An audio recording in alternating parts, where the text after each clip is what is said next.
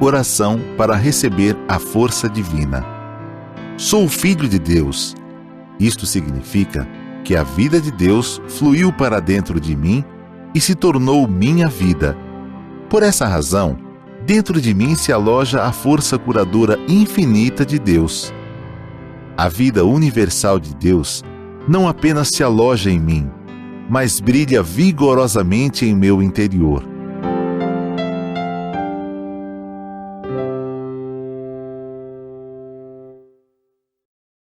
Olá, amigos do YouTube. Sejam bem-vindos ao programa Diálogos. Esse é um programa que vai ao ar com novos conteúdos todas as sextas-feiras, às 20 horas. E na nossa roda de conversa hoje, nós temos um timaço de preletores, que são eles: aspirante a preletor da sede internacional, Eduardo Nunes da Silva. Seja bem-vindo. Muito obrigado, é sempre uma alegria podermos participar do Diálogos. Muito obrigada. Preletor em grau sênior, Fernanda Negrão Chaves Caielli. Olá, é uma alegria, uma honra estar aqui compartilhando desse momento com vocês. Muito obrigada. E o preletor em grau sênior, Plínio Yoshio-Sugi Noshita. É um prazer estar com vocês. Muito obrigado. Muito obrigada, sejam todos bem-vindos. Vai ser um bate-papo muito legal, viu? Obrigada.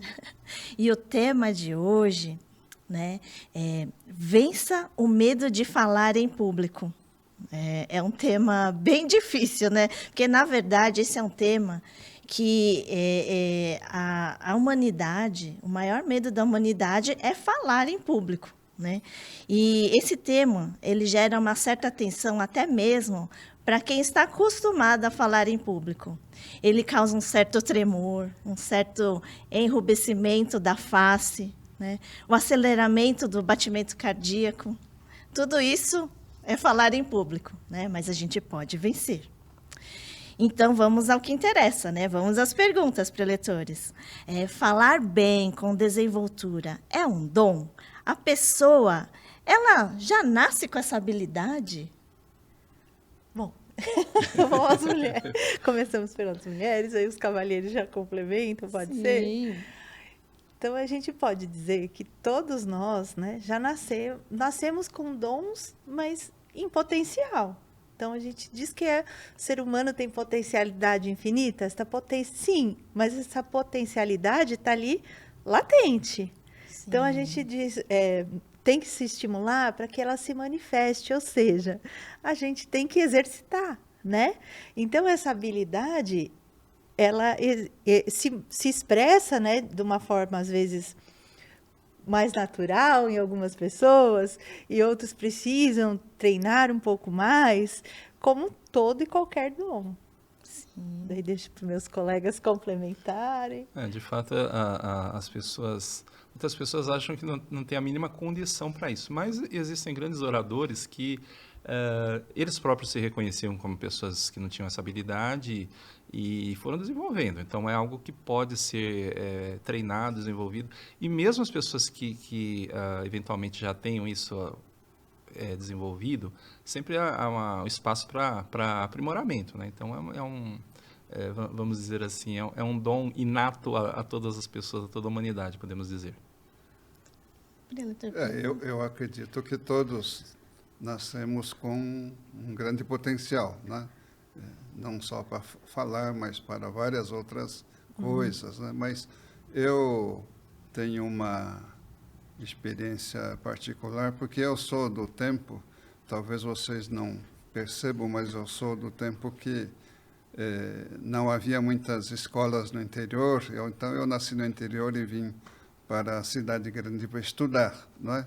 Então, a gente vem cheio de medo, de temores e de receio, né? Então, isso é uma barreira para a desinibição, para falar em público. Verdade. É um desafio que eu tive que enfrentar por muito tempo. E nesse sentido, né, para falar em público, é necessário sentir-se seguro, confiante para a gente falar em público? Se for esperar a gente ficar 100% seguro, ficar se a gente pensar em tudo na vida, né? Se a gente fica idealizando e fala, olha, eu só vou fazer tal coisa quando todas as condições forem ideais. Dá a impressão de que essa condição nunca chega. Então, a gente pode dizer que, mesmo que no momento a pessoa ainda não se sinta plenamente confiante, se ela não começar a falar em público, ela nunca vai falar. Porque é o que o senhor Plínio estava contando agora, né? Então, durante muito tempo foi uma barreira. Quantas e quantas vezes não teve que falar? E quantas situações a gente não passa, né? Que fica falando, puxa, mas agora? Então, eu me recordo de várias situações que me convidaram a fazer. E eu pensei, nossa, agora? Será que eu estou preparado? Mas aí a gente respira fundo e vai. E talvez a primeira vez que a gente faça, realmente não seja a melhor, mas com repetidas vezes a gente vai se apropriando daquilo, né? Então, esse seguro é à medida que a gente vai praticando, a gente vai se sentindo mais seguro em relação a qualquer coisa que a gente faça. Sim. Né? Que talvez a gente perca esse sentimento natural. Eu sempre fico pensando na criança, quando ela começa a balbuciar, a falar, ou quando ela começa a andar, para ela é divertido. Quantas vezes que ela cai, o bebê levanta sempre e tenta novamente. Sim. Porque não está enxergando isso como um erro, né? Vai naquela tentativa. Então, talvez nós adultos, a gente tenha que recuperar um pouco disso, né? Dessa naturalidade. Quanto mais eu me expressar e falar mais, eu vou me apropriando, né? É interessante. A gente vai... Com a prática, a gente vai melhorando, vai desenvolvendo, vai aperfeiçoando. Mas, por outro lado, a gente começa a ficar vaidoso, cheio de ego, de medo de errar, não é? Pode ser, também. Então, isso também, para mim, aconteceu como uma barreira, uma dificuldade. E respondendo à sua pergunta, muitas vezes, por isso, a gente não se sente tão preparado, não é? Isso que eu me lembrei virou meio que uma anedota, quando, na minha época de associação dos jovens, então era adolescente ainda, tinha uma senhora, o nome dela era Mabília do Amaral, eu perdi contato com ela, mas ela tinha um nome artístico, ela foi muito famosa na Rádio São Paulo, e tinha as radionovelas, ela falava que ficava um ano chorando, só ficava feliz no último capítulo. E tinha um rapaz da produção que vivia insistindo que ele queria participar, mas dá um papel para mim, dá um papel para mim. Até que um dia a direção concordou que ele fizesse uma pontinha, que tinha um julgamento, e ele era testemunha. Então, falou, tá aqui o fulano. Aí o juiz ficava, então, aconteceu tal coisa? E ele ficou lá travado. Aí o juiz, sim ou não? Sim ou não? Porque ele não falava, né? Sim ou não? Senão ele, nim. Quer dizer, ele ficou no meio do caminho da atenção. Então, ele acabou não respondendo nenhuma coisa nem outra. Eu não sei o desfecho da novela que aconteceu aí, né? Mas essa questão da autoconfiança que foi feita a pergunta. Então, no caso, ele tinha muita vontade, mas provavelmente ficou travado ali diante das outras pessoas. O mínimo de autoconfiança a pessoa precisa ter. O mínimo é importante. É o que a preletora falou aqui. 100%, ainda não cheguei lá. São 40 anos fazendo palestra, ainda 100% não tenho, não. E também o que o preletor Plínio falou, essa questão do ego. O mestre fala que a timidez ela meio que um complexo de inferioridade. Então, porque ainda tem atenção, que eu quero abrir a boca e sair aqui um Masaharu Taniguchi misturado com Cícero, né, que foi um grande orador, a gente quer... E o ego está querendo ser esse reconhecimento, as palmas, o aplauso do mundo, né? Então, aí que surge uma certa insegurança. Mas o que nos dá essa autoconfiança, a gente entender. Eu não sou Cícero, não sou Masaharu Taniguchi, eu sou o Eduardo. Tenho coisas importantes para compartilhar, como todas as pessoas. Cada pessoa é um mundo, é um universo, né? Então, quando a gente começa a perceber, eu sou filho de Deus, aí a gente, pelo menos esse mínimo de autoconfiança, a gente começa a ter. Muito bom isso, né? Essa questão da timidez também é uma coisa a ser trabalhada muito, né? Eu gostei de ver um texto do mestre Seiichi Taniguchi no livro Você Pode Se Tornar Uma Pessoa Maravilhosa. Então, neste livro, na página 75, tem um capítulo muito particular que ele começa dizendo como superar o complexo de inferioridade, né? E é exatamente isso que o meu colega estava falando agora, né? Essa questão do ego misturado com insegurança. Guardei um branco. Mas é tudo treinamento, né, preletor Plínio? Nesse livro, o professor Seitzia, né, ele fala. Isso, é um grande treinamento. Eu aqui mesmo estou enfrentando outro desafio, né? Eu não sou um palestrante profissional, né? Não fui formado para isso, né? Mas o destino me trouxe aqui numa mesa, né? Para esse diálogo, não é? Essa troca de ideias, né? E para mim é uma grande experiência, né? A gente não gostaria de dizer isso, mas a gente chega a sofrer, né? Antes, né? da gravação, não é? E depois a gente tem um grande alívio, né? E aquele sentimento de, puxa, consegui. Isso para mim tem um valor muito grande, porque eu me lembro muito bem de como eu comecei, né? Com muita timidez, devagarzinho, falando pouco, não é? Então eu agradeço bastante, né? Essa oportunidade de estar aqui com vocês, né? Fazendo esse treinamento, né? E uma coisa importante, né? Porque nós estamos falando, nós somos pessoas que fazemos palestras. Então, o nosso espectador, ele pode pensar, não tem intenção de fazer palestra, mas isso é para o dia a dia, para uma reunião de negócios, para uma reunião de planejamento de trabalho. Às vezes a pessoa tem uma excelente ideia e não se pronuncia, ou então ela não tem a clareza para defender uma ideia que vai contribuir com o todo. Então não é só essa questão de ter uma plateia na frente, né? Mas isso para a nossa vida. Até numa reunião de família, às vezes tem algum problema sério, a gente consegue vislumbrar uma boa solução, e acaba essa solução ficando para a gente mesmo, porque a gente não expressa bem. Então, é algo assim, para a vida cotidiana também muito importante a gente ter esse domínio das ferramentas de oratória. Sim, é importante. E falando nisso, né, é um exercício, né?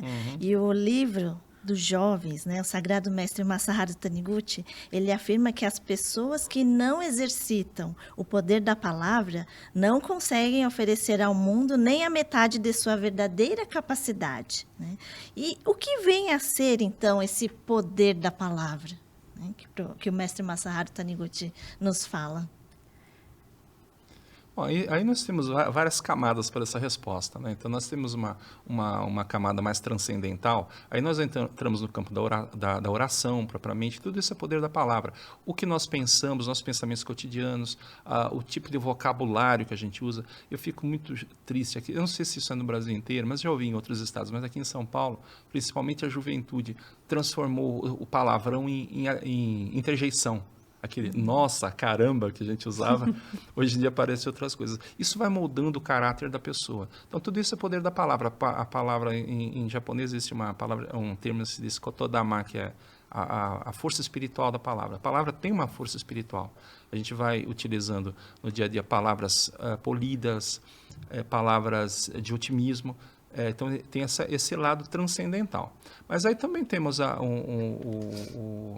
questão como retórica de nós transmitirmos o nosso pensamento com clareza para as outras pessoas. À medida que a gente consegue ter clareza, necessariamente a gente não precisa vencer uma discussão, a nossa ideia necessariamente não é a melhor, mas nós podemos contribuir, agregar a uma ideia melhor, podemos dar mais clareza, até se a nossa não é a melhor, mas dar clareza ao todo se realmente aquele é o melhor caminho, e quando a nossa ideia for a melhor, realmente a gente conseguir que essa ideia seja implementada. E a questão aí já no processo dialético, né, junto uma ideia com outra, fazemos uma síntese, síntese para chegar a uma melhor definição das coisas. Para as pessoas até conhecerem melhor nossa personalidade, não só a questão de problemas, né? A questão de nós transformarmos um ambiente num ambiente agradável, pessoas que conseguem, com delicadeza, com respeito, colocar toques de humor no ambiente de trabalho, por exemplo. Às vezes, aquele trabalho pesado, alguém vem com uma tirada humorística, é muito boa. Até a gente estava vindo para cá, eu estava comentando a minha filha mais nova, que ela gosta muito de fazer graça. Quando ela era pequenininha, a gente falava que ela era engraçada, ela ficava brava. Depois ela viu que é legal ser engraçado, que é uma coisa boa, então hoje ela adora fazer graça. Então isso é muito bom, né? É a força da palavra para tornar o ambiente melhor, mais descontraído. É muito importante isso. E, preletora Fernanda? Voltando aqui só um pouquinho para o livro dos jovens, né? Eu acho muito interessante a colocação, né, que o Sagrado Mestre Masaharu Taniguchi faz em relação a que a gente não está expressando, né? Aquele que não se expressa não está mostrando nem 50% da sua capacidade, né? Sim. Quer dizer que se a gente, de fato, não souber expressar aquilo que eu vibro, como que o outro vai saber aquilo que eu penso, aquilo que eu vibro, né? E o valor que eu dou para as coisas, o valor que eu tenho. Então, é importante a gente pensar na oratória, não só, como disse o preletor Eduardo, né? Não só no sentido do palestrante, do grande orador, mas daquele que concretiza a sua vida. Então, aqui o Sagrado Mestre Masaharu Taniguchi diz assim, que vocês conseguirão não só se tornar donos do seu próprio destino, né, como também fazer com que as coisas aconteçam de modo favorável. Então, é o domínio da palavra para isso, né? Quer dizer, eu vou conduzir a minha vida de acordo com a palavra que eu vibro, porque é aquilo que eu penso, e aquilo que eu falo, já que a gente está falando, né, do falar. Como que eu me coloco, como que eu expresso, como que eu transmito as minhas ideias, né? Sim. Então, eu falo, nossa, o mestre está falando isso para mim. Sempre que eu leio, eu tenho essa impressão, ou ele está me puxando a orelha, ou está mostrando alguma coisa, né? A gente tem esse sentimento de que está falando para nós, no sentido de falar, é verdade, a gente tem que se apropriar também nesse sentido, né? Sim. De saber se colocar. Verdade, esse livro foi escrito na década de 30, não é? E hoje, na atualidade, a comunicação, né? A palavra, o uso da palavra, o bom uso da palavra se tornou mais importante ainda, né? Eu percebo isso porque eu trabalho numa empresa de comércio internacional e estou falando com um cliente que não está nem me vendo, mas aquilo que eu falo ou aquilo que escrevo é tão importante para que eu consiga concluir uma transação, um negócio, né? E outro dia eu estava vendo, até na medicina, né? Hoje a gente faz consulta médica pelo telefone, né? Ou pelo celular, né? E fiquei impressionado com a importância do paciente, né? No caso eu, estar relatando, descrevendo, né? Assim, com detalhes aquilo que eu estou sentindo, né? E para nós preletores também isso não é diferente, né? Eu fiquei assim tão feliz há algumas semanas atrás quando uma preletora chamada Ieda me falou, poxa, o preletor Plínio fala com o coração. Falei, nossa, que coisa boa, né? Que coisa boa, significa que eu estou evoluindo. Muito obrigado, preletora. Mas é verdade. Eu tive a oportunidade de ir num seminário do Sonema Carrato e o preletor Plínio era orientador. Mas ele falava que ele mexia assim com cada um dos participantes. E naquele dia eu falei, nossa, é esse orientador que a gente estava precisando para as conferências da luz, né? Do idioma japonês. E aí nós fizemos o convite para ele. E foi realmente uma conferência de muito sucesso. Que coisa boa, que coisa boa. Tudo isso eu acho que é graças ao ensinamento da Seicho Noye, né? A preletora Fernanda pode explicar melhor, né, o que é a gente ressignificar, né, Nos treinamentos da Seiichi Onoe, nos seminários, né? Eu participei de vários seminários que começam com o tema Quem sou eu?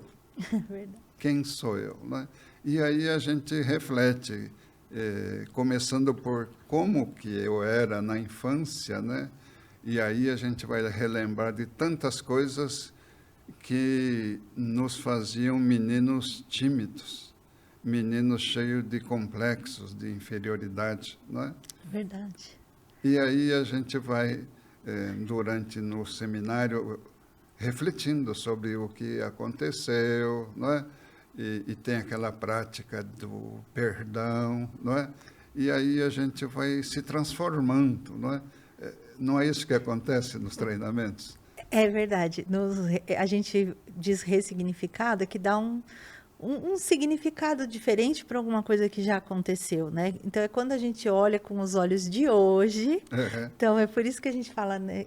Com treinamento espiritual isso é possível, né? Que acontece nas academias, quando através do ensinamento a gente olha para a nossa própria história e visualiza algum fato que, ou como a gente vivenciou aquele fato, ou a experiência vivida em si, né? E vai atribuindo um significado novo. Então, você entende que nem o preletor Plínio contou. Eu era um menino do interior, então não tinha tanto acesso à escola, talvez não lia em voz alta, a gente já na escola tinha que ficar lendo em voz alta, mas pode ser que mesmo alguém que tinha que ler em voz alta na escola, passou por sei lá, às vezes o próprio professor ou os pais querendo ajudar, pode falar, lê direito, fala direito, você não pronunciou direito. Dependendo de como a pessoa recebe isso, ela vai guardar e falar, eu não sei falar direito. E não vai querer se expor novamente. Né? Então, quando a gente consegue ressignificar através das práticas, né, da Seiichi Onoe, das práticas religiosas, né, que a gente fala, e olhar com esse olhar de hoje, entender, olha, foi um momento que eu passei, o que eu aprendi com isso? E se sentir, né, se valorizar, se sentir filho de Deus, esse quem sou eu, né? É se apropriar dessa identidade que vai além do fenômeno, né? Além da Fernanda que está falando aqui. Sim. Porque se fosse só pela aparência, pelo físico, pelo material, talvez a gente não fizesse muita coisa, né? Mas quando a gente permite que Deus flua através de nós, que essa convicção de ser filho de Deus, é que as coisas vão se tornando diferentes e a gente vai se harmonizando com estas experiências que para nós foi negativa, né, porque nos fez de alguma maneira sofrer e às vezes nos impede de falar, né, de dar nossa opinião quando pede, né, de falar em público, de ler. Talvez eu tenha tido uma boa experiência com português, mas eu não tive com matemática. Então, se fosse falar, vai fazer uma conta, eu ia falar, meu Deus, será que eu somei direito? Porque fica no inconsciente aquilo que a gente vivenciou, né? Eu valorizo muito essa experiência que tive de ressignificar, não é? Eu passei pela experiência de ter aulas individuais de canto, de coral, para ver se melhorava, né, a minha voz, minha apresentação, meu jeito de falar. Mas a grande mudança aconteceu muito recentemente. Eu estou com 69 anos de idade. Só há 2 semanas atrás que, pela primeira vez, eu tive, né, graças a essa transformação do ressignificar, não é, ter a coragem de começar a confidenciar coisas assim, muito pessoais, muito íntimas da minha vida, né? No passado, na minha infância. Pela primeira vez eu tive assim essa coragem de falar em público. Né? Então, eu acho que vale a pena, né? Esse exercício constante, né? De estar melhorando. Mas não é um problema, eu falei, tive aulas de canto, mas aí você vê que não é um problema de voz, não é? É mais uma questão interna, né? De a gente descobrir quem sou eu, né? o poder que eu tenho, né? A coragem que eu tenho. Algumas pessoas, inclusive, ficam se sentem intimidadas por questão de escolaridade. Eu, por exemplo, prezo muito gramática normativa para o eleitorado. A Fernanda sabe disso, né? Até alguns professores dizem, eu não tenho certo nem errado, eu não concordo em absoluto com isso. Então, existe a norma culta, que ela vai balizar toda a língua. Existem outros falares, tudo bem, né? Mas, por exemplo, a gente lembra do saudoso professor Paulo Narimatsu. Ele era um gênio, ele não sabia muito bem português, mas ele tinha uma capacidade de comunicação, então a gente se divertia muito, porque antigamente na academia de Biúna sentavam as mulheres de um lado, os homens do outro, esse errado é bom, eu tenho uma dificuldade com ele, esse errado é bom, esse errado também bom, junta dois fica bom, né? E o pessoal entendia o que ele estava querendo dizer, então uma comunicação muito, muito direta, muito divertida, ele tinha consciência das suas dificuldades com o idioma. Então ele jogava com isso, né? Ele não conseguia dominar o idioma, mas ele conseguia dominar a arte da comunicação. Então, e também, não sei o histórico dele, mas também uma pessoa vem do Japão, sabe falar direito português. Depois chega um momento, olha, tem que divulgar Seitonei para a sociedade brasileira. Ele foi para a jaula dos leões, né? Mas ali ele domesticou os leões, vamos dizer assim, e se tornou um extraordinário comunicador. Então, a gente consegue, até as nossas deficiências, se a gente se tiver autoconfiança, a gente consegue mudar isso como uma ferramenta de comunicação. Muito obrigada. Falando assim, né, de complexos de inferioridade, né, inibição. Eu sou descendente de japoneses, né? Então dá para anotar. Dá para anotar, né? Eu, Preletor Plínio. Então, assim, a cultura japonesa, a gente já é um povo mais assim inibido, né? A gente muitas vezes prefere mais ouvir do que falar, né? E aí, nesse sentido, que nem o Preletor Plínio falou, eu fui fazer treino coral, né, canto. É uma boa, né, tática para a gente vencer essa questão da inibição. Gostaria de ouvir dos preletores práticas da Seichonoye, ou, né, no dia a dia, que seja de coral, de canto, algumas dicas. Bom, aqui no livro dos jovens, o mestre ele fala sobre nós exercitarmos o poder da palavra e lermos em voz alta trechos de grandes autores. E é uma coisa que eu fiz bastante, sabe? Até agora o tempo passa, a memória vai sendo ocupada por outras coisas, mas eu gosto muito de Euclides da Cunha, né? Aquele texto denso. Desenvolveu-se um episódio épico, galvanizado pela força moral de um valente, Capitão Salomão, que com a sua bateria de artilharia varria de quando em quando as arrimaças dos jagunços que contrarios adensavam.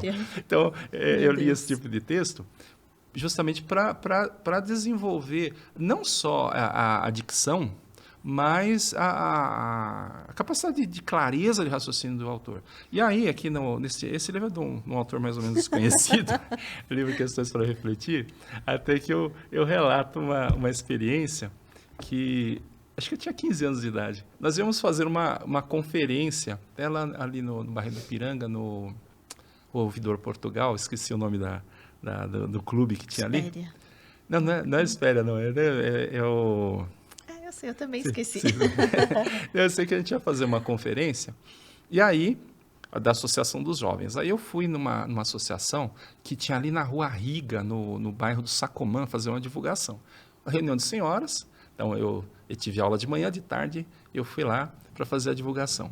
E aí eu cheguei lá e falei, estou narrado com detalhes aqui, eu falei, por favor, falei baixinho para a recepcionista, por favor, dá para divulgar, entreguei um folhetinho, divulgar este seminário aqui, meio tremendo, né, de falar com a recepcionista, divulgar esse seminário. Aí tá, né, eu sentei lá, fiquei assistindo a palestra, único varão na sala, quando acabou a palestra, olha, agora tem um jovem, e leu meu nome lá e levou para apresentador e me chamaram na frente. Meu Deus do céu. E eu entrei em pânico, quase entrei em pânico. Mas aí eu fui na frente. Eu não sei se eu falei alguma coisa, mas eu sentia calor aqui no rosto, quente. E sabe, da impressão que meu rosto estava inchado, eu olhava e conseguia ver minhas bochechas. Eu não sei como é que eu fiquei, né? Sim. E aí acabou, eu morava num bairro ali perto do Sacomã chamado Jardim Patente. E eu fui a pé para casa. Nem peguei ônibus, eu fui a pé. Nunca mais eu volto na Seichonoye. E fui andando.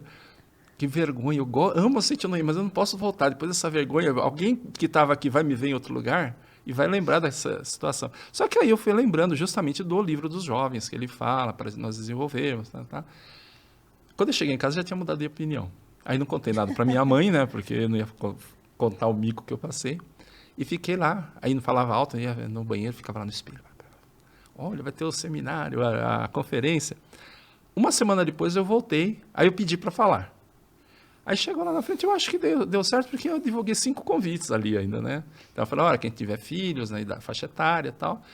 Ali foi um começo. Então a gente leva aquele tranco e o importante é não desistir. E o mestre tem um texto que ele faz, isso está no manual do preletor, que ele fala para as pessoas que para se tornarem grandes oradores, primeiro para escrever tudo. O americano tem muito hábito de escrever tudo e falar em cima daquilo, mas o mestre fala, escreva tudo, depois esqueça a maneira de dizer, né? Esqueça e vá falando da forma como for lembrando. Pegue o máximo de oportunidades para falar que tiver. Então aí vai fazer um aviso, se você, ou faça uma pequena participação, coloque uma opinião. E uma coisa que eu falo até aqui no livro é sobre assim, a gente deixar o outro falar. Então, você quer estar no diálogo? Puxa, eu quero conversar. Não um diálogo programa, um diálogo mesmo, uma rodinha, você está conversando. Puxa, eu quero participar, que legal. Pega um assunto que interessa a outra pessoa. Tem uma pessoa que gosta de informática e fala, puxa, olha, eu comprei um computador novo, eu não entendo muito, ele marca tal. Aí o cara começa a falar, esse tem tal capacidade. Quando você vê, você está trocando ideia com a pessoa. E uma outra coisa que eu até deixei marcado aqui, que tudo que tem forma foi concebido primeiramente no mundo mental. No artigo Ganhar e Perder entre as Orelhas, Michael Spitzbart diz, não sei se a pronúncia está boa aí, que uma postura mental adequada e o firme desejo consciente de vencer podem tornar o amador um vencedor. Isso vale não apenas para o esportista, mas para qualquer um que queira realizar com êxito uma atividade. Então, uma coisa que eu passei, por exemplo, uma pessoa que a filha dela morava nos Estados Unidos, ia nascer o filho, a filha mandou uma passagem para ela ir para os Estados Unidos para acompanhar todo o processo, já estava no final da gestação, para ajudá-la, só tinha um problema, ela tinha terror de andar de avião.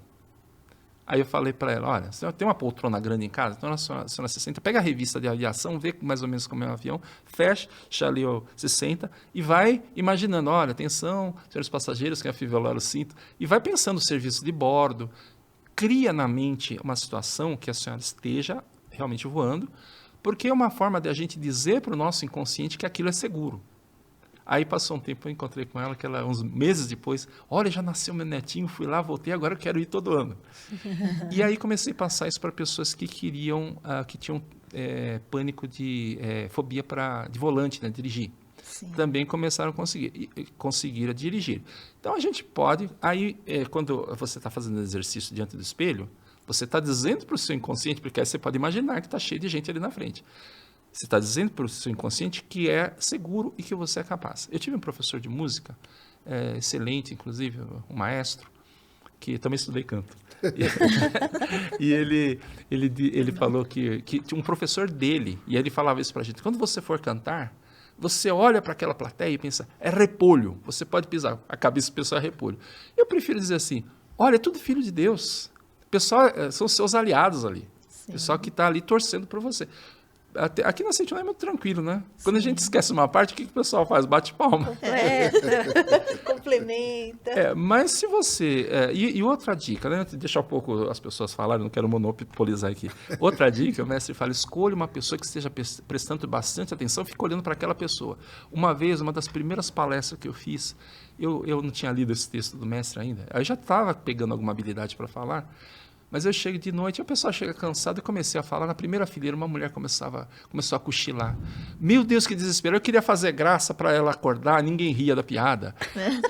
Eu sei que a coisa foi se arrastando, eu fiz o contrário. Então, aquele está dormindo, que bom, o inconsciente dele está captando. E alguém está prestando atenção e fala para aquela pessoa. Essa é uma dica preciosa. A preletora Ieda perguntou sobre práticas na Seitonoye. Eu gostaria de falar principalmente para pais, não é? Eu há 15 anos, até como ato de gratidão, né, por tudo que eu aprendi na Seichonoye. Na segunda semana de janeiro, todos os anos tem um seminário para juvenis, né? E eu tenho procurado reservar essa segunda semana para ir lá na academia, ajudar, né? Cuidar dos meninos nos alojamentos, né? E nesses 15 anos, o que eu percebo é assim que há uma grande transformação nesses juvenis, nesses meninos e meninas, depois que passam uma semana na academia, né? Porque é lá que eles começam a ouvir dos preletores sobre a sua natureza divina, né? Que você tem capacidade, né?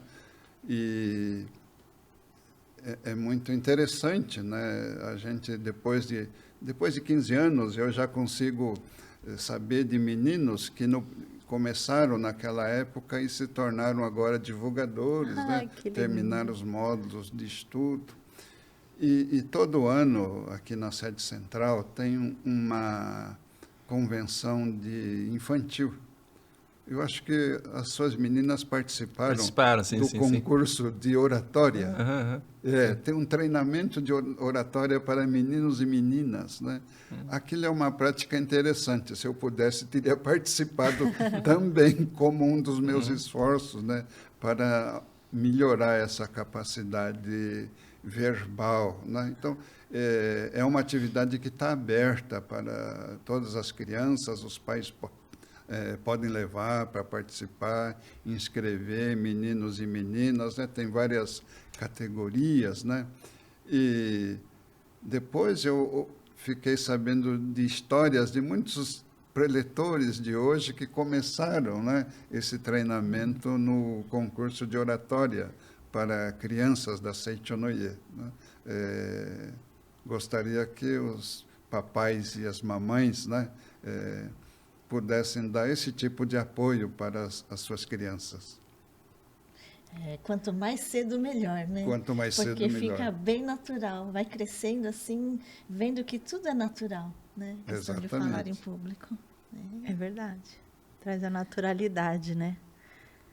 Eu queria compartilhar também aqui uma prática que o Sagrado Mestre Masaharu Taniguchi, na verdade, colocou uma afirmação, uma oração, para quando a pessoa se sente intimidado pela plateia, ou quando ela vai falar, se dirigir a alguém, e vem aquele sentimento, meu Deus, como que eu falo com essa pessoa? Não sei se já passou aí por alguém, aí em casa, mas na minha já passou, né? Meu Deus, como que eu falo com essa pessoa? Como que eu me dirijo, né? Então, acho muito interessante aqui a gente... tem oradores, né, que falam isso de brincar, né, de pisar na pessoa, de imaginar a pessoa numa situação engraçada, mas o interessante é que na Seichonoye a gente já aprende, né, que eu e o outro somos um.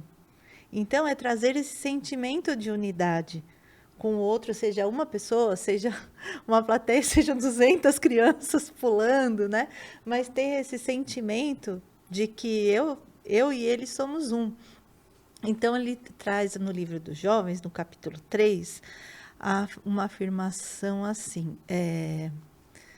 Deixa eu ler aqui para vocês. Na minha edição está na página 55, finzinho da 55, começo da 56. Então, ele diz, o essencial, seja na hora de conversar com alguém ou de proferirmos um discurso, é pensarmos da seguinte forma: ele ou eles e eu somos um só, pois nos originamos de um único Deus. Por isso eu gosto dele e ele ou eles de mim. Eu consigo falar com eles sem nenhum embaraço, como se estivesse falando com o meu irmão. Então, ele pede para que a gente mentalize diversas vezes isso, né? Eu e ele somos um, porque originamos de um único Deus. Eu gosto dele, ele gosta de mim.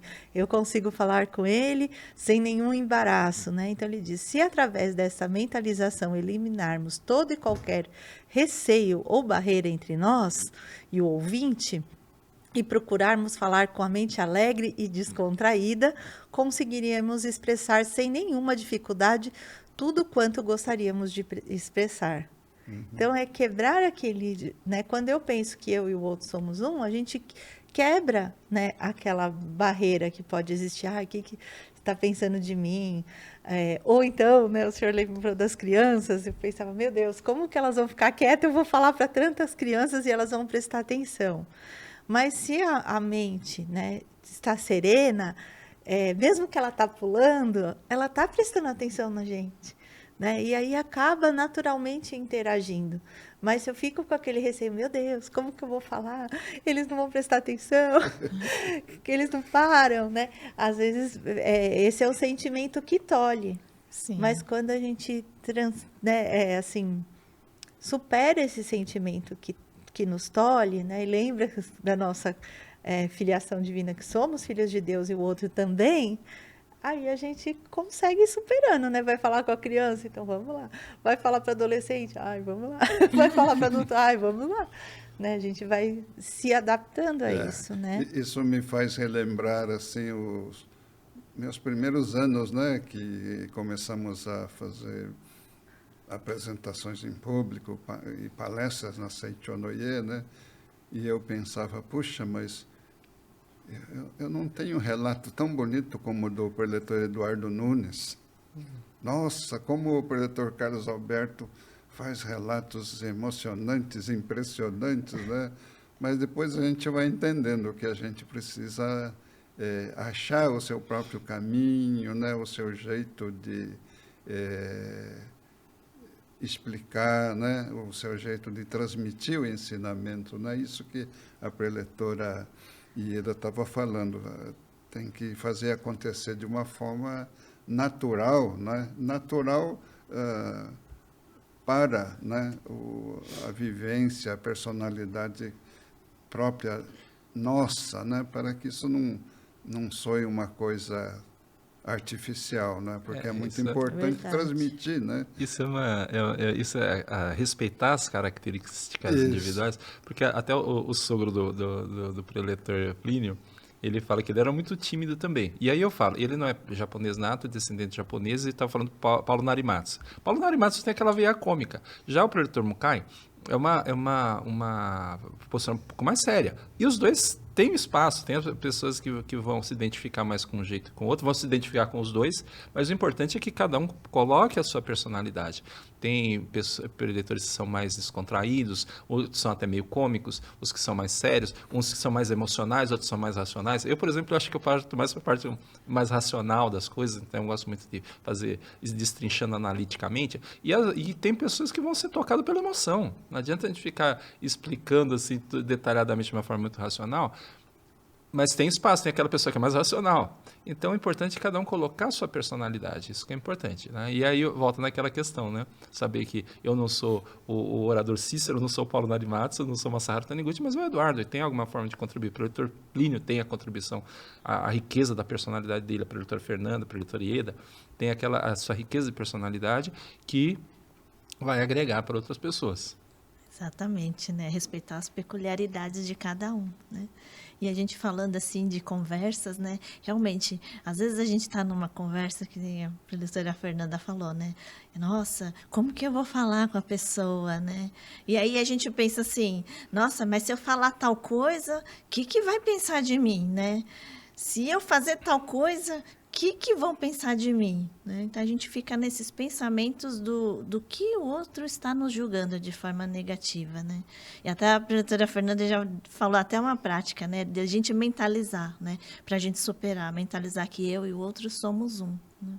Aí eu gostaria de ouvir dos preletores, como que a gente pode, se tem mais alguma prática para a gente superar esse julgamento negativo que a gente pensa que os outros vão fazer da gente, né? Mas, na verdade, nem vão fazer. Muitas vezes, a gente que cria essas caraminholas na cabeça. Olha, tem uma experiência, porque essa questão de oratória, de se expressar, isso vai muito também para a parte de entrevista de emprego. E eu lembro que eu trabalhei vários anos com publicidade, e eu sempre desenhei. Até a gente vinha vindo para cá, estava dizendo que eu escrevo hoje também, então o ilustrador nasceu antes do escritor.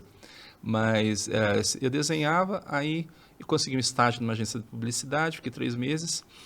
Daí apareceu um outro estágio, pensei, bom, para não ficar parado. E aí consegui um emprego numa agência. Nisso, a agência perdeu uma conta importante, mandou um monte de gente embora, inclusive eu. E aí eu fiquei, meu Deus, mas são 3 meses, 3 meses, 3 meses. O que vão pensar de mim? Todo lugar que eu ia, as pessoas, poxa, mas por que você só fica esse tempo aqui? Aí outro lugar, não, mas por que só 3 meses? Até que um dia eu estava praticando meditação Shinsokan, e aí tive meio que um insight, um despertar. Eu estou oferecendo um trabalho ético, honesto, bem feito, sou uma pessoa competente. É isso que importa. E aí deixei de pensar nisso. Primeira entrevista que eu fui, a pessoa falou, puxa, você é bem experiente. Eu mostrei meus trabalhos. Ele não olhou, eu levei o currículo, ele não olhou muito para o currículo. Ele viu os trabalhos que eu tinha realizado e eu fui contratado ali. Então, essa atmosfera pessoal é muito importante, mas essa atmosfera ela parte do momento que a gente tem essa mudança. Então, eu precisei dizer para mim mesmo, estou oferecendo um trabalho ético, eu sei o que eu estou fazendo, sou uma pessoa competente. Então, aí entra no eu sou maravilhoso, eu sou filho de Deus, essa convicção de que a gente é filho de Deus, isso é mais importante. Aí entra as práticas religiosas importantes da Seitonêia, né? Quer dizer, a leitura dos livros, as revistas sagradas, dos cantos em louvor, meditação de Shinsokan, fundamental. As pessoas que nem todos são adeptos da Seitonêia que nos acompanham, mas fazer mentalizações, algum tipo de meditação, reconhecendo a sua própria natureza divina, no caso pessoas do segmento budista, sua natureza búdica, essa natureza grandiosa, essa mesma força que criou o universo que está dentro do nosso interior. Então, esse reconhecimento é fundamental. É uma coisa que não se atinge de um salto. Existem também aprofundamentos que a gente vai tendo, a vida inteira a gente vai se aprofundando nessa consciência, mas saber disso e já mergulhar dentro dessa vida, reservar pelo menos alguns momentos no dia para meditar sobre essa perfeição, isso é o primeiro passo. Essa atmosfera, né? Ela faz muita diferença. Eu fiquei muito impressionado com uma história, num dos livros da Seitonêia, eu acho que chama O Amor Supera o Castigo, que fala sobre a vida de um prisioneiro, né, o Stardale, e ele passou por algumas frustrações, porque ele teve um despertar espiritual e aí ele foi tentar fazer palestras, né, dentro da penitenciária e foi um fiasco, não é? Mas ele, depois daquilo, ele resolveu fazer um esforço, né, para se comunicar com os colegas na penitenciária. E nesse esforço, por acaso, ele foi transferido para um outro pavilhão e aí aparece o Leifer, que se torna o mentor dele, né? E esse mentor fala para ele, olha, por mais esforço que você faça para falar bonito, para pregar, não é? Sobre o cristianismo, o que tem impacto verdadeiro é o que você faz, como você vive aqui dentro, não é? Isso me faz lembrar a experiência que nós tivemos, preletores da Seitonêia durante a pandemia, né? Visitando pessoas em situação de moradia de rua. E aí é diferente você ver na televisão uma reportagem, mas você ir lá visitar, não é? Conversar com ele, sentir realmente, né, a situação que eles vivem. Aí a gente consegue falar assim com muito do coração mesmo, né? O que a gente sente e conseguir fazer com que a pessoa se sinta amparada. Nesse período também fizemos muitas visitas de bênção, né? Visitas de oração nas casas, né? E aí a gente tem essa proximidade com as pessoas, né? Consegue sentir o que elas estão passando e a gente consegue também transmitir o nosso sentimento, né? Eu acho que isso enriquece muito o poder da fala, o poder da oração, não é? É verdade. O senhor falando da pandemia, olha que interessante, né? Para mim, o maior desafio foi isso aqui, o virtual. Porque eu falava, gente, né? Meu marido trabalha com tecnologia, meu filho também, eles ficam o dia inteiro na frente do computador ou de uma tela. E eu falava, mas vocês estão falando com alguém aí? Pelo amor de Deus, eu gosto de estar com pessoas, como que vocês aguentam ficar falando? Para uma, né, sem estar ali presente com as pessoas. Então, eu não tinha problema de falar assim, né, ao vivo, mas eu achava muito estranho ter que falar no ambiente virtual. E aí o que acontece, né? Era a primeira forma que a gente teve de se aproximar das pessoas foi através do virtual. Então, vamos lá, né? Sim. Vamos aprender como faz isso, né? Se superar. Também é um exercício, né? De como que se aproxima, de como que a fala chega. Então, como que eu transmito aquilo que eu estou sentindo, né?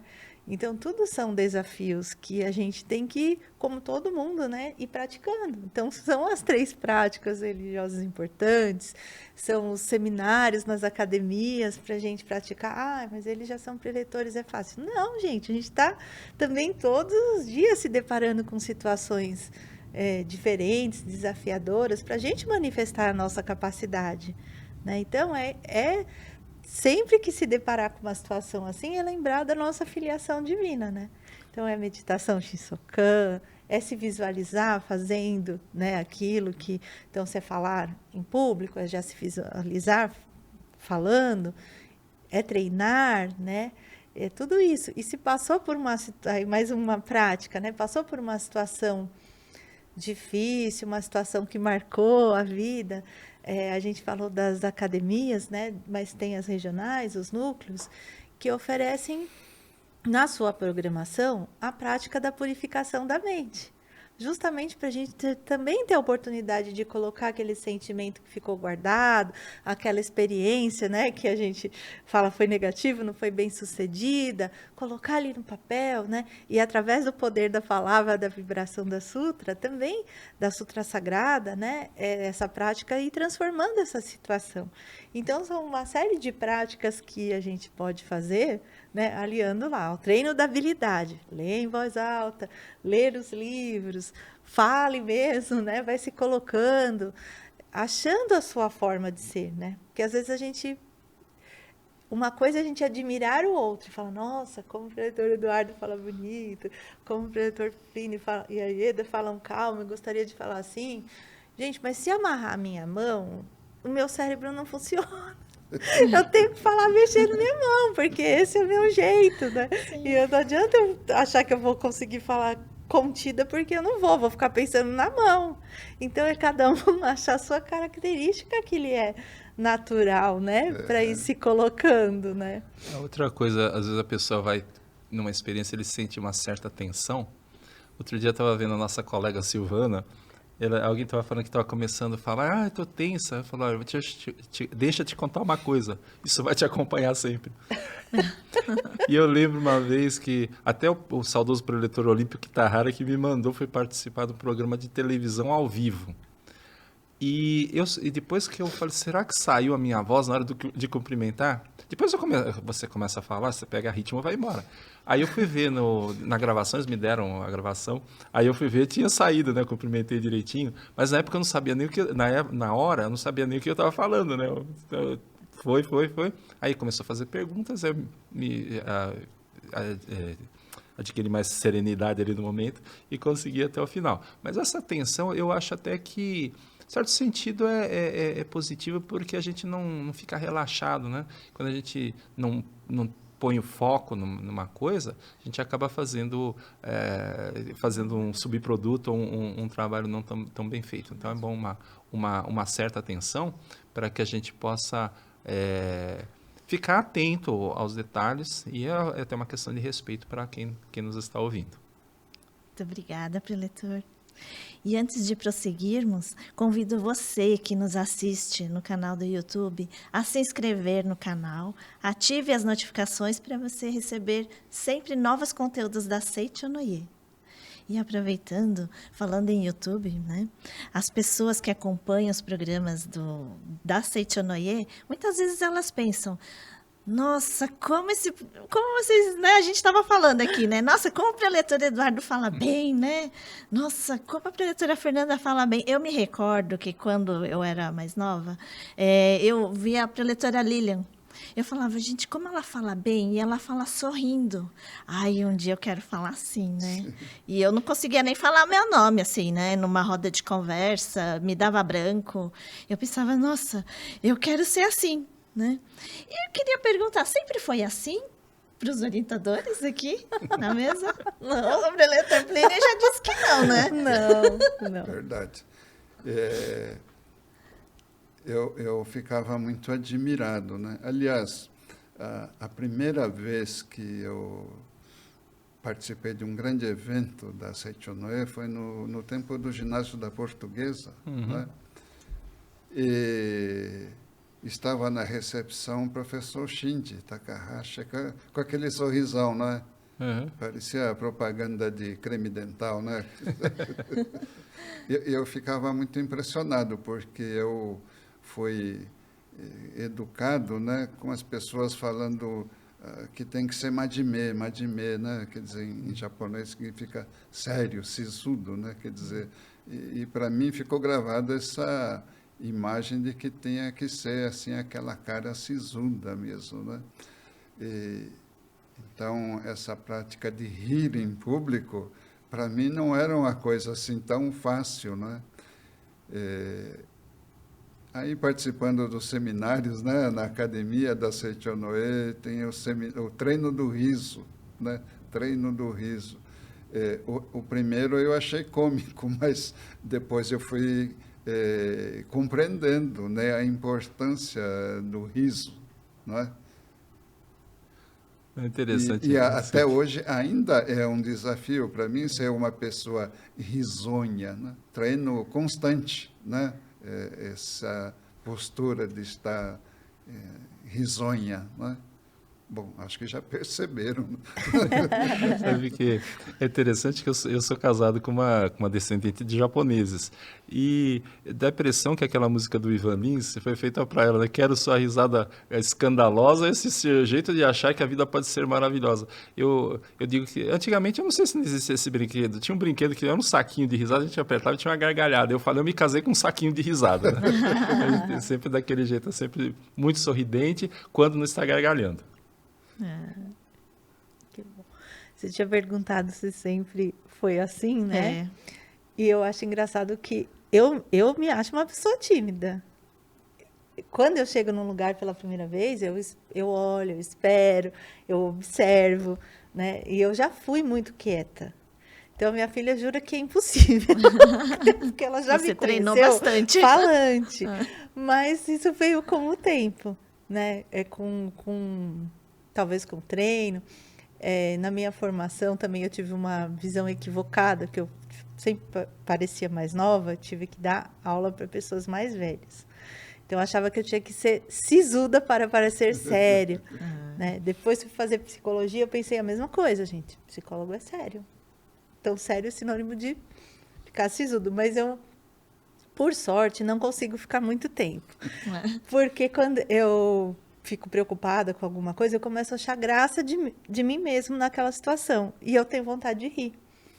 Então, eu começo a sorrir porque eu penso, não é possível que eu estou pensando isso. Eu acho engraçado. Então, isso vai me deixando mais relaxada, né? No sentido da mente se permitir e a postura vai mudando. Mas eu não acho que é assim. Eu não sei se eu gosto de falar. A gente aprende a falar em público, né? Não é sempre vem aquele friozinho na barriga antes, mas eu acho isso muito positivo no sentido de, poxa, eu estou prestando atenção naquilo que eu vou fazer, né? Não quer dizer que você não vai de qualquer jeito. Não, pode deixar que eu falo, sem pensar o que eu vou falar. Não, né? A gente se prepara para isso, né? E se adequando às situações. Então, que nem eu falei, né? Quando me vi na frente da telinha, meu Deus, eu vou falar para um computador e não em público. Mas a primeira vez que eu fui falar em público, eu também achei esquisito. Quando eu fui trabalhar com crianças, ai, meu Deus, como que elas vão me ouvir? Aí, super acostumei. Quando eu tive que falar para adulto, falei, ixi, e agora? Como que eu vou falar com adulto? Então, são adequações que a gente vai, né? A gente vai se adequando à medida que a gente vai treinando também. Sim. E achando o nosso próprio caminho, né? Então, sei que eu sempre posso melhorar, né? Mas é treinando. Eu fui uma pessoa muito tímida, né?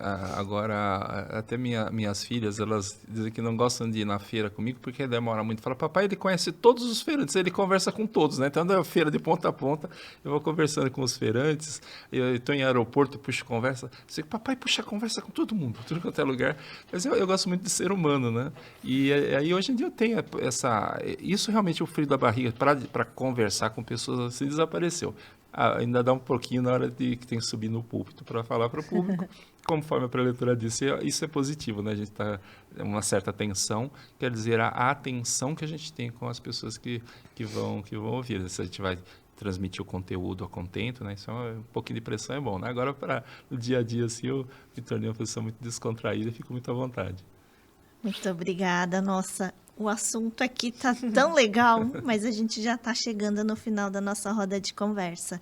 E de uma forma bem rápida, eu sei que aqui cada um dos preletores já falaram quais as práticas, né, para a gente poder vencer esse medo de falar em público, mas de uma forma mais rapidinha, só para enfatizar, né? Poderiam falar para deixar bem frisado. O que as pessoas em casa podem praticar para melhorar, para vencer esse medo de falar em público? Ladies first. Bom, do lado prático, fazer as leituras, né? Faça a leitura em voz alta. Aproveite e faz a leitura do quê?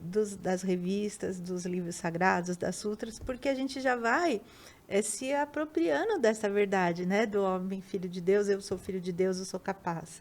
E vai treinando em voz alta. E aí eu vou falar, caminha com isso, a meditação, a prática da meditação Shinsokan, para a gente sentir aquilo que a gente está lendo, né? Gostaria de complementar? Na Seicho Noe, sempre os preletores estão nos ensinando, né, sobre a prática da oração, não é? E aí falam de uma forma muito especial, de orar, não é? De orar propriamente dito, e a segunda parte da palavra oração, que é a ação, né? Você cuidar bastante do seu modo de viver, não é? Viver com naturalidade, não é? Você vivendo com naturalidade, não é? A sua expressão verbal também se torna muito natural. E é muito gostoso ouvir alguém que fala naturalmente, não é? Eu vou, assim, a gente falou sobre complexo de inferioridade, eu vou pegar um pouquinho emprestado as palavras do Léo Buscaglia, do livro Vivendo, Aprendendo e Amando, que ele fala assim, você é o melhor você que existe, porque você é o único você que existe. E já o mestre Masaharu Taniguchi nos disse, você é filho de Deus, nós somos filhos de Deus. Então, se assente nessa posição e aí você vai descobrir suas infinitas capacidades, ou o grande orador que existe no seu interior. Assentado nesta consciência de que nós somos filhos de Deus. Muito obrigado. Muito obrigada, preletores. Muito obrigada. E obrigada a você que nos acompanha, né, no nosso canal do YouTube. Eu espero que você possa colocar em ação todas as práticas aqui que os orientadores nos passaram, né, que possa vencer o medo de falar em público, numa roda de conversa ou no público, que possa expressar suas ideias, suas emoções com bastante êxito. Muito obrigada, uma semana abençoada. Muito obrigada. Inicie 2025 com um despertar de novas possibilidades. Adquira as Palavras de Luz 2025, preceitos diários, e presenteie aqueles que você ama com a energia transformadora que este ano reserva. A cada manhã, ao virar a página, você abre portas para uma nova jornada de inspiração e crescimento. Deixe que as palavras preencham seu lar e seu local de trabalho, criando um ambiente de paz e otimismo, onde a alegria flui naturalmente. Logo ao amanhecer, as mensagens de luz e positividade tocam profundamente o seu coração, irradiando as bênçãos de Deus em todos os aspectos do seu dia. Disponíveis nos formatos de parede e de mesa, As Palavras de Luz 2025 Preceitos Diários oferecem mais do que palavras, elas trazem uma conexão diária com a essência divina. Por décadas, essas palavras têm sido uma força poderosa, ampliando a presença da Seitinoye e impactando vidas em todo o Brasil. Vários relatos confirmam que ao expor as palavras de luz, o equilíbrio e a harmonia se tornam companheiros constantes na jornada diária. Adquira as suas Palavras de Luz 2025 Preceitos Diários em nossa livraria virtual, livraria.sni.org.br ou pelo WhatsApp 11 5074 4180. Você também pode encontrá-las em uma de nossas sedes espalhadas por todo o Brasil. Consulte o endereço mais próximo em sni.org.br/onde encontrar. Palavras de Luz 2025 Preceitos Diários. Um presente para transformar o seu ano e o daqueles que você mais estima. Muito obrigado!